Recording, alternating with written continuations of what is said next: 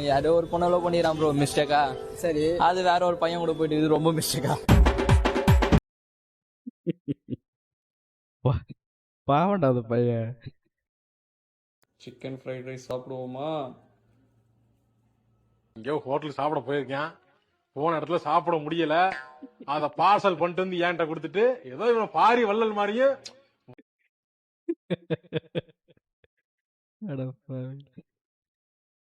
நிறைய பேர் இருக்காங்க இந்த மாதிரி சாப்பிட முடியாம எடுத்து வந்து கொடுக்கறது. அடுத்தபடியா பார்ப்போம்.